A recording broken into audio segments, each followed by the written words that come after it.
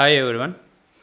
ఈరోజు నేను మీతో షేర్ చేసుకోబోయే టాపిక్ ఏంటంటే మన విశాఖపట్నం బే ఆఫ్ బెంగాల్ పక్కనే అంటే తీర ప్రాంతం బీచ్ పక్కనే ఉన్నందువల్ల తొందరలో కొన్ని సంవత్సరాలలో ఈ విశాఖపట్నం కంప్లీట్గా సముద్రంలో మునిగిపోబోతుందని చెప్పేసి స్టడీస్ చెప్తున్నాయి. ఈ విశాఖపట్నమే కాదు, ఇండియాలో ఉన్న ప్రముఖ నగరాలు కూడా తీర ప్రాంతంలో ఉన్న నగరాలు కూడా సముద్రంలో మునిగిపోబోతున్నాయని చెప్పేసి స్టడీస్ చెప్తున్నాయి అన్నమాట. సో ఈరోజు మనము ఈ వీడియోలో మన వైజాగ్ నిజంగానే సముద్రంలో మునిగిపోబోతుందా, ఒకవేళ మునిగిపోతే ఎన్ని సంవత్సరాలు మునిగిపోబోతుంది, ఇలాంటి డీటెయిల్స్ మీతో షేర్ చేసుకోవడం కోసం ఈ వీడియో చేస్తున్నాను.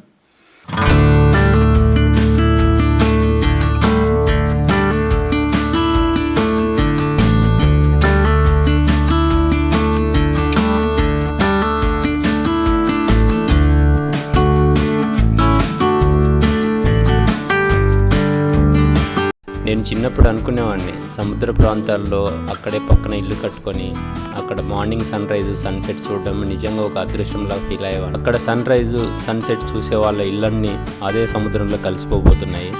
ఇది చాలా బాధాకరమైన విషయం. సో యాక్చువల్గా ఈరోజు ఈ వీడియో చాలా క్లియర్గా బ్రీఫ్గా ఎవరైనా కూడా అర్థం చేసుకుంటట్టుగా నేను చాలా మామూలుగా సైంటిఫిక్ డేటా కాకుండా మామూలుగా మాట్లాడుతున్నాను. సో వీడియో ఎండ్ వరకు చూస్తారని చెప్పి రిక్వెస్ట్. ఈ వీడియోలోకి వెళ్ళే ముందర మనం ఒకటి ఇంపార్టెంట్ డేటా గురించి తెలుసుకోవాలి. అదేంటంటే న్యూజెర్సీలో గల క్లైమేట్ సెంట్రల్ అని చెప్పేసి ఒక ఆర్గనైజేషన్ ఉంది. It's a non profit organization అనమాట. అది మొత్తం ప్రపంచంలో ఉన్న సముద్ర జలాల మీద అంతా స్టడీ చేసి ఒక రిపోర్టు రిలీజ్ చేసింది. ఆ రిపోర్ట్లో ఏముందంటే మొత్తం భూభాగం మీద ఈ సముద్ర జలాలు 2.5 సెంటీమీటర్లు ప్రతి సంవత్సరం పెరుగుతూ ఉన్నాయంట. ఈ చేంజ్ యాక్చువల్గా 10 సంవత్సరాల కిందట 1.5 సెంటీమీటరు ఇంకా 1.5 సెంటీమీటర్ కన్నా తక్కువ పెరుగుతుండేది. ఈ 10 సంవత్సరాల్లో సడన్గా సముద్ర మట్టం పెరుగుతుంది అని. ఈ సముద్ర మట్టాలు పెరగడానికి ప్రధాన కారణము గ్లోబల్ వార్మింగ్. ఈరోజు మనం ఈ వీడియోలో 3 విషయాలు తెలుసుకోబోతున్నాం. ఒకటి, అసలు ఈ గ్లోబల్ వార్మింగ్ అంటే ఏంటి, ఈ గ్లోబల్ వార్మింగ్ వల్ల ప్రపంచంలో ఉన్న సముద్ర జలాలు ఎందుకు పెరిగిపోతున్నాయి. 2, దీనివల్ల నిజంగా విశాఖపట్నం సముద్రంలో కలిసిపోబోతుందా. 3, ఒకవేళ విశాఖపట్నం సముద్రంలో కలిసిపోయే పరిస్థితులు ఉంటే గవర్నమెంట్ తీసుకునే జాగ్రత్తలు ఏంటి, వీటి వల్ల మనం రక్షించుకోవడానికి మార్గాలు ఏంటి, ఇలాంటి డీటెయిల్స్ మీతో షేర్ చేసుకోబోతున్నాను. Once again, hi everyone, I'm Rajesh. Welcome to my YouTube channel @krajesh6828.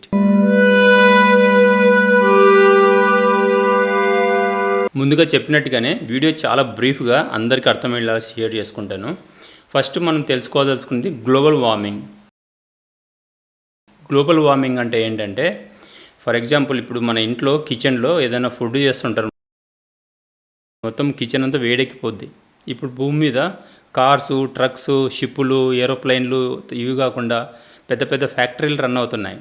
So వీటి నుంచి సేమ్ కిచెన్లో మనం ఫుడ్ చేసేటప్పుడు ఆ వాయురి బయటికి వెళ్ళిపోకుండా కిచెన్లో మొత్తము ఎలాగ వేడి చేస్తుందో, అలాగనే ఈ వెహికల్స్ నుంచి వచ్చే పొగ, తర్వాత ఈ ఫ్యాక్టరీల నుంచి వచ్చే పొగ అంతా ఆకాశంలోకి వెళ్ళిపోయి మొత్తం వేడెక్కుతుందన్నమాట భూమి అంతా. సో ఇప్పుడు ఒక స్టీల్ ప్లాంటే ఒకటి తీసుకోండి. స్టీల్ ప్లాంటు ఒక సంవత్సరంలో కొన్ని టన్నుల స్మోక్ బయటకు వదులుతుంది. ఇదంతా మన భూమిని వేడి చేసేది అనమాట. ఇలాంటి స్టీల్ ప్లాంట్ లాంటివి ఒక లక్షలలో ఉంటుంది భూమి మీద మొత్తము. సో ఈ 1,00,000 ఫ్యాక్టరీలు కలిసి ఒక్కొక్క సంవత్సరానికి టన్నులు 1000 టన్నులలో వీటిని నుంచి వచ్చిన స్మోక్ అంతా భూమిపై నుంచి వెళ్ళిపోయి ఆకాశంలో ఒక పొరలాగా పేరుకొని ఉండిపోతుంది అనమాట. అది ఎంతైనా భూమి చుట్టే ఉంటుంది, ఇంకా భూమిని దాటికి స్పేస్లోకి వెళ్ళదు, గ్రావిటీ లాగేస్తుంది కదా. సో భూమిని దాటి వెళ్ళదనమాట.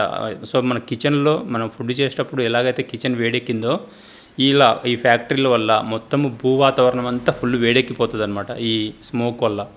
దీనివల్ల ఏమవుతుందంటే, ఇప్పుడు ఎండాకాలంలో ఏదైనా గేట్ కానీ లేదంటే ఒక ఐరన్ ముక్క టచ్ చేస్తే ఫుల్ మనకు వేడి కొట్టుతుంది కదా.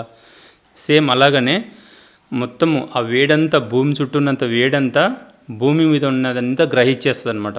సో ఇప్పుడు ఎండాకాలంలో ఆ గేటు కానీ మనం వదిలిపెట్టిన బైక్ కానీ ఎలా వేడెక్కుతుందో, సో అలాగనే ఆ వేడి నుంచేసి మొత్తం భూమి మీద ఉన్నటువన్నీ ఆ వేడి గ్రహించేస్తాయి.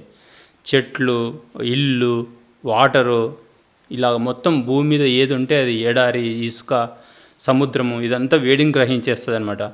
సో దీనివల్ల ఏమవుతుందంటే కొన్నిసార్లు ఫారెస్ట్లు కూడా తగలపడిపోతాయి ఈ వేడికి. మన రీసెంట్గా చూసాము, ఆస్ట్రేలియాలో తగలపడిపోయినాయి, ఇంకా చాలా వరకు ఆఫ్రికా ఫారెస్ట్లలో తగలపడిపోయాయి. ఇలాగనమాట. ఇదంతా ఎందుకు జరుగుతుందంటే వేడెక్కడం వల్ల, వేడెక్కేసి మొత్తం తగలపడిపోతున్నాయి. సో అలాగా వేడిని గ్రహించేస్తుంది భూమి. ఆ క్రమంలోనే ఈ సముద్రంలో వాటర్ కూడా వేడిని గ్రహించేస్తాయి అన్నమాట. సముద్రం వేడిని గ్రహించేసినప్పుడు ఏమవుద్దంటే, ఫర్ ఎగ్జాంపుల్ మీరు ఒక బౌల్లో 1 లీటర్ వాటర్ పోసి ఒక 10 నిమిషాల సేపు వేడి చేసేసి ఆపేయండి. ఆ వాటర్ లెవెల్ అన్నీ ఒక 1/2 సెంటీమీటర్ 1 సెంటీమీటర్ పైకి పెరుగుతాయి అన్నమాట. ఎందుకంటే అది వేడి గ్రహించడం వల్ల వాటర్ అనేది ఎక్స్పాండ్ అవుతుంది. దీన్నే థర్మల్ ఎక్స్పాన్షన్ అంటారు. సో దీనివల్ల సముద్రము ఆ వేడిని గ్రహించేసి సముద్రం కూడా వాటర్ అంతా వ్యాకోచిస్తుంది అనమాట. అలాగా ఆ నీటి మట్టం పెరుగుతుందో అలాగనే ఈ సముద్ర మట్టం కూడా ఆ ఆకాశంలో ఉన్న వేడి అంతా గ్రహించేసుకొని వ్యాకోచించడం స్టార్ట్ అవుతుంది. అంటే నీటి మట్టం పెరుగుతుందన్నమాట. వాటర్ లెవెల్స్ పెరిగిపోతాయి. ఆటోమేటిక్గా ప్రపంచంలో ఉన్న మొత్తం సముద్రంలో ఉన్న వాటర్ అంతా అలా వేడెక్కేసి అలాగ పెరుగుతూ వస్తుందన్నమాట. ఇది ముఖ్యంగా ఈ పెరగడం అనేది ఈ 10 సంవత్సరాలలో డబుల్ అయిపోయిందనమాట. ఫర్ ఎగ్జాంపుల్కి లాస్ట్ 100 సంవత్సరాలలో ఒక 2 సెంటీమీటర్స్ పెరిగిందంటే ఇప్పుడు ఒక సంవత్సరానికే 2.5 సెంటీమీటర్ పెరుగుతుందనమాట. సో అది చేంజ్ అనేది చాలా ర్యాపిడ్గా చాలా స్పీడ్గా జరుగుతుంది. దాన్నే గ్లోబల్ వార్మింగ్ వల్ల వాటర్ లెవెల్ పెరిగిపోయి అప్పుడే తీర ప్రాంతాల్లో ఉన్న నగరాలన్నీ ఆ సముద్రంలో కలిసిపోతాయి. నగరాలనే కాదు, ఈ సముద్రం అంతా మొత్తం భూభాగం అంతా ఉంది కదా, ఎక్కడైనా కూడా ముంచేయచ్చు. అక్కడ అడవి ఉండొచ్చు, లేదంటే ఒక ఎడారి ఉండొచ్చు, లేదంటే మామూలుగా లేదంటే సిటీస్ ఉండొచ్చు. ఆ సిటీస్ ఉన్నప్పుడు ఏమవుతుందంటే మనం ప్రజలను నివసిస్తున్నాం కాబట్టి మనం ఓవర్గా న్యూస్ని పాపులర్ చేస్తాం అనమాట. దీన్ని గ్లోబల్ వార్మింగ్ వల్ల వాటర్ లెవెల్ పెరిగి సముద్ర మట్టాలు ముందుకు వచ్చేసి అక్కడున్న నగరాలు ఏవైతే ఉన్నాయో అవి మునిగిపోవడానికి కారణం ఉందని చెప్పేసి ఈ న్యూజెర్సీ ఆర్గనైజేషన్ క్లైమేట్ సెంటర్ అనేది రిపోర్ట్ రిలీజ్ చేసిందనమాట. ఈ ఆర్గనైజేషన్ రిలీజ్ చేసిన రిపోర్ట్లో ముఖ్యంగా 3 నగరాలు చాలా స్పీడ్గా మునగడానికి రెడీగా ఉన్నాయి అని చెప్పేసి, అంటే 2050 కల్లా ఈ 3 నగరాలు మునిగిపోతాయని లిటరల్గా చెప్పారు. అది ఏంటంటే చైనాలో షాంఘై అనే నగరం, థాయిలాండ్లో బ్యాంకాక్ అనే సిటీ, ఇండియాలో బాంబే. సో ఈ గ్లోబల్ వార్మింగ్ వల్ల ఈవెన్ అంటార్కిటికాలో ఉన్న మంచుకొండలు ఎప్పటి నుంచో కరగకుండా, అంటే వేల సంవత్సరాల నుంచి కరగకుండా ఉండేటివి లాస్ట్ ఒక 100 సంవత్సరాల నుంచి కరగడం స్టార్ట్ అయినాయి. ఈ 10 సంవత్సరాలలో ఇంకా కరిగిపోయి ఈవెన్ ఆ కొండలు కూడా బ్రేక్ అవుతున్నాయని చెప్పేసి న్యూస్లో వచ్చాయన్నమాట. అంత మంచుకొండ, పెద్ద కొండ సగానికి ఇరిగిపోయి సైడ్కి వచ్చేసి సముద్రంలో కరిగిపోతుంది అనమాట. సో వీటన్నిటిని కలిసి ఈ సముద్ర మట్టంలో నీళ్లు అంతా పెంచేసి ఆ సముద్ర మట్టం ఎక్కువైపోయిన తర్వాత అలల రూపంలో వచ్చేసి తీర ప్రాంతంలో ఉన్న ఆ నగరాలు ఏవైతే ఉన్నాయో మెల్లిగా మునిగిపోతూ వస్తాయన్నమాట. 10 ఏళ్ళకి ఒకసారి ఇంకా ముందుకు రావడం అలాగా జరుగుతుంది. అందులో భాగంగా విశాఖపట్నం కూడా తొందరలో మునిగిపోయే ఛాన్స్ ఉందని చెప్పేసి స్టడీ చెప్తున్నాయి. ప్రాపర్గా అయితే 2050 సంవత్సరం కల్లా ముంబైలో చాలా వరకు మునిగిపోయే ఛాన్స్ ఉందని చెప్తున్నారు. సో అబ్వియస్లీ వాటర్ ముందుకు వచ్చినప్పుడు అక్కడ ఏముంటే అవి మునిగిపోతాయి కదా. సో ఇదనమాట గ్లోబల్ వార్మింగ్ వల్ల వాటర్ వేడెక్కేసి నగరాల్ని ముంచేస్తున్నట్టుగానే చాలా నష్టం జరుగుతుంది. రెండోది, విశాఖపట్నం నిజంగానే సముద్రంలో మునిగిపోతుందా అంటే విశాఖపట్నం డెఫినెట్గా ఛాన్స్ ఉంది. ఎందుకంటే లైవ్ ఎగ్జాంపుల్ షేర్ చేసుకుంటాను. 1970 సంవత్సరంలో ఆర్కే బీచ్ నుంచేసి వాటర్ని టచ్ చేయాలంటే ఆల్మోస్ట్ 1 కిలోమీటర్న్నర భూమి మీద నడుచుకుంటూ వెళ్ళిపోయి అక్కడ వాటర్ని టచ్ చేయాల్సిన అంత డిస్టెన్స్లో ఉండేదన్నమాట. సో ఈ 40 సంవత్సరాలలో, ఈ 40-50 ఏళ్లలో అది మొత్తం సముద్రం ఎంత దగ్గరకు వచ్చిందో మీరే చూస్తున్నారు. ఆల్మోస్ట్ రోడ్డుకి దగ్గర వచ్చేస్తుంది. వర్షాకాలం వస్తే మొత్తం సగం రోడ్డుని కూడా తినేస్తుంది మనకు. సో ఆ ఆర్కే బీచ్ ప్రక్కన ఉన్న పబ్లిక్ పార్కులు పోయినాయి, సముద్రంలో కలిసిపోయినాయి. తర్వాత ఇది కోకోనట్ టీ గార్డెన్ అని చెప్పేసి చాలా కోకోనట్ బంచ్ ఆఫ్ కోకోనట్లు అక్కడ వేస్తే ఆ కోకోనట్ చెట్లు కూడా నీళ్ళలో కలిసిపోయినాయి. తర్వాత మొత్తం కొన్నిసార్లు రోడ్డు వరకు వచ్చేసి రోడ్డును కూడా కొట్టేసింది సముద్రము. తర్వాత లాస్ట్ గవర్నమెంట్లో ఒకటి ఫ్లోటింగ్ బ్రిడ్జ్ అని చెప్పేసి అది వాటర్లో వేశారు. అది కూడా నిలబడలేక అలల తాకిడికి కొట్టుకొని వచ్చేసింది. ఇలాగా చాలాసార్లు సముద్రంలోనే కలిసిపోతుందని చెప్పేసి గ్యారంటీగా. సో రానున్న 10 సంవత్సరాలు, సో విశాఖపట్నము రానున్న 100 సంవత్సరాల్లో డెఫినెట్గా సముద్రంలో కలిసిపోబోతుందని చెప్పేసి రిపోర్ట్స్ చెప్తున్నాయి. సో ఇప్పుడున్న టీనేజ్ అమ్మాయిలు ఒక 50-60 ఏళ్ళ తర్వాత వాళ్ళకు పుట్టిన పిల్లలకి చెప్పుకుంటారు, ఇక్కడ ఇంత ముందుకు ఒక ఆర్కే బీచ్ అనేది ఉండేది, నేను లవర్తో ఇక్కడికి వచ్చేదాన్ని అని వాళ్ళ పిల్లలకి చెప్పుకుంటారు. ఆ పిల్లలు డాడీతోనైనా మమ్మీ అని అంటే లేదు వేరే పిల్లల డాడీతో అని చెప్తారనమాట, జోకు.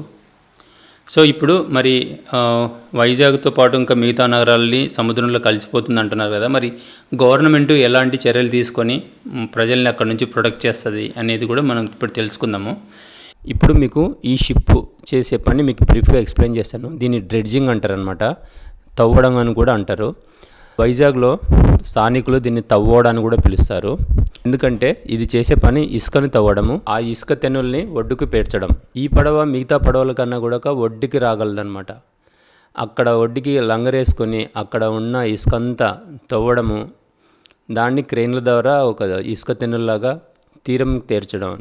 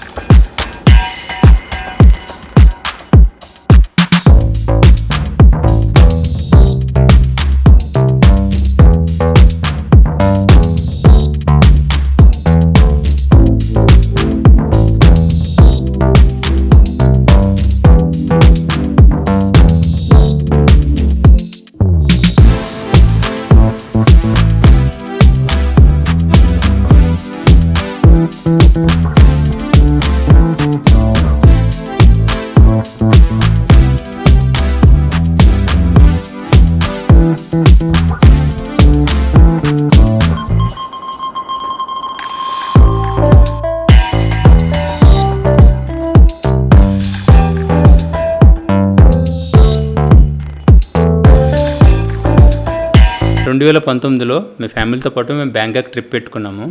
సో అక్కడ పుకెట్ అనే ప్లేస్కి వెళ్ళి అక్కడ నుంచి బోట్లో ఫిఫీ అనే ఐలాండ్కి వెళ్ళాం అనమాట. ఫిఫీ ఐలాండ్స్ వాటర్ స్పోర్ట్స్కి, స్కూబా డైవింగ్లకి చాలా మంచి ప్లేస్ అది.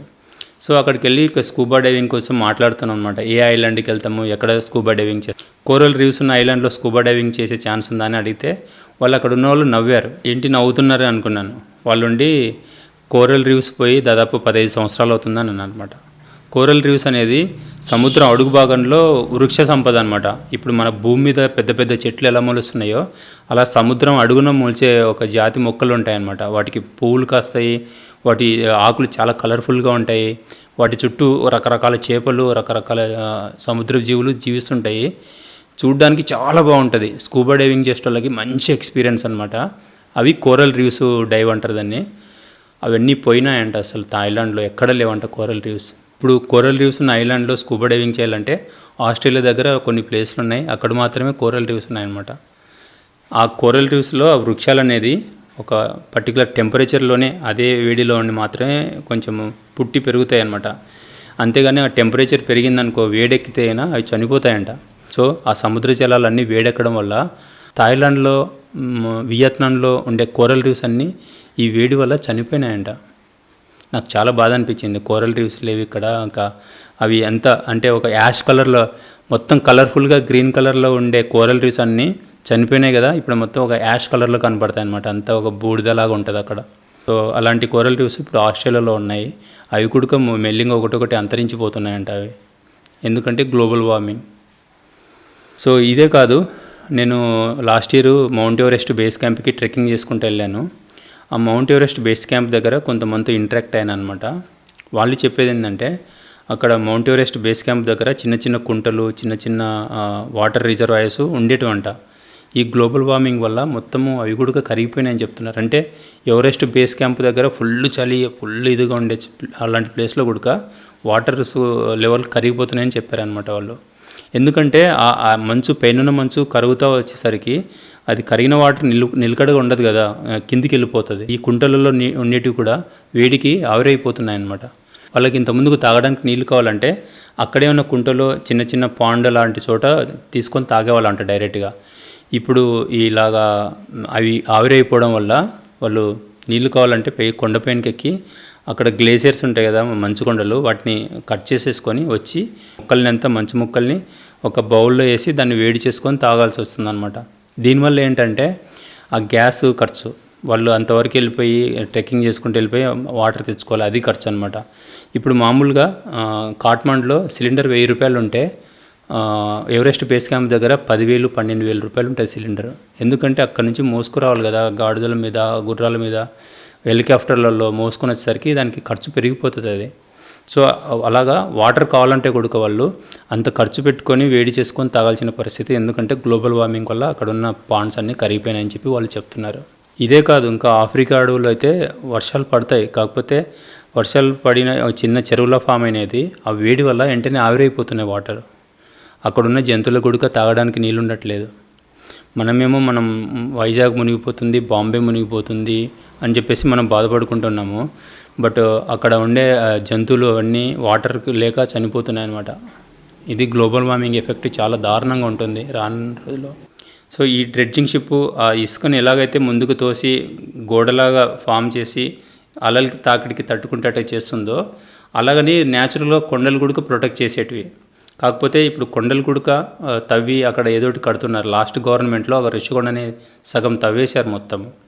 సో అలాగా న్యాచురల్గా ఉండే కొండలు, న్యాచురల్గా ఉండే ప్రొటెక్షన్ గుడక పాలిటీషియన్స్ వీళ్ళంతా ఆ కొండల్ని తవ్వేయడం వల్ల వైజాగ్ ఇంకా తొందరగా మునిగిపోయే ఛాన్స్ ఉందని చెప్పేసి చాలామంది పరిశోధకులు అంటున్నారనమాట.